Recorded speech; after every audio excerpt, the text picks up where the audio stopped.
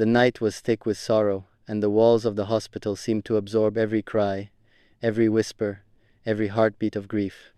Outside the ICU, Sheikh Hamdan's cousins had not moved far from their places since the day began. Their eyes were hollow from sleeplessness, yet their hearts refused to rest. They knew their beloved cousin was fighting for his life just a few steps away, behind those locked doors, but the distance felt like an ocean they could not cross. One cousin sat on the floor with his back against the cold wall, prayer beads sliding through his trembling fingers. Each bead carried a prayer, each prayer carried a hope. His lips moved endlessly, whispering, "Ya Allah, have mercy, save him, don't let us lose him." Beside him, another cousin leaned forward with his head in his hands, tears falling silently onto the floor. He hadn't spoken in hours, but his silence was louder than screams. It was the silence of someone who had lost the strength to speak but not the strength to love.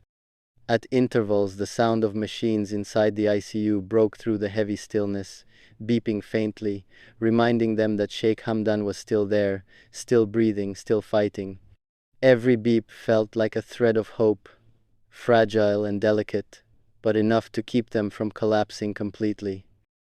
Yet at the same time, every pause, every uncertain sound from the machines froze their blood with fear. One cousin, unable to control his anguish, pressed his palm against the ICU door, whispering as if his voice could travel through it, "Hamdan, hear us.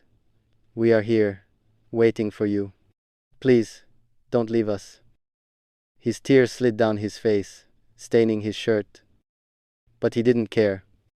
Others pulled him back gently, embracing him, telling him to stay strong. But their own voices cracked with pain. The royal family members gathered in different corners of the hospital. Mothers, sisters, brothers, uncles, all wept in their own way. Yet the cousins carried a unique bond.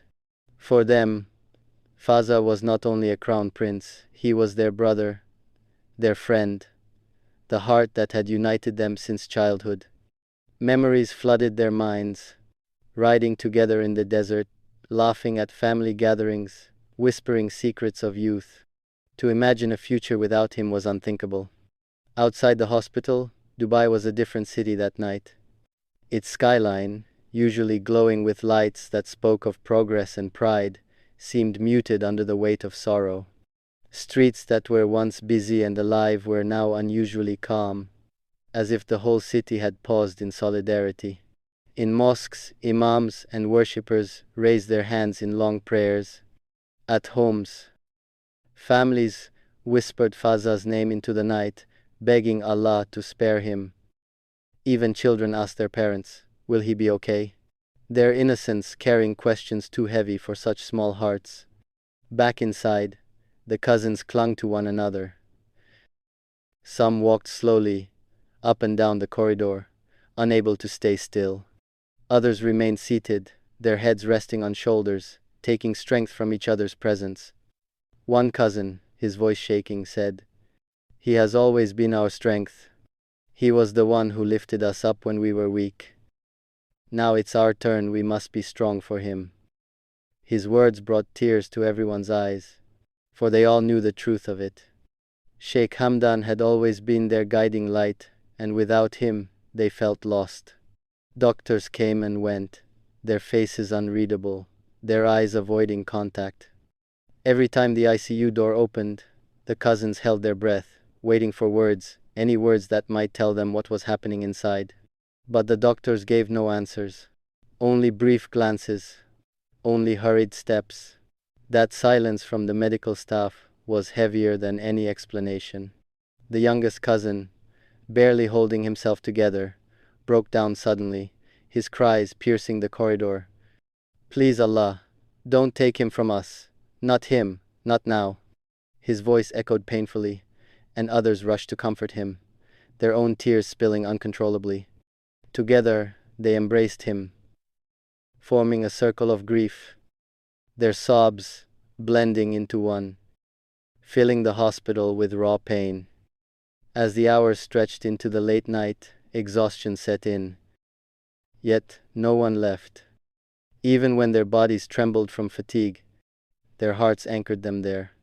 They refused to move, refused to sleep, refused to abandon their beloved cousin. To them, waiting outside was an act of loyalty, of love, of faith. At one point, the cousins all joined hands, forming a chain. They began to recite prayers together, their voices soft at first, then stronger as they encouraged one another. The words of the Quran filled the sterile hospital corridor, transforming it into a sanctuary of hope. Nurses paused in their duties to listen, their own eyes welling with tears.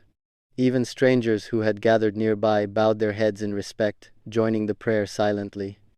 It was not only a family crying that night, it was a nation. Dubai's silence was not emptying.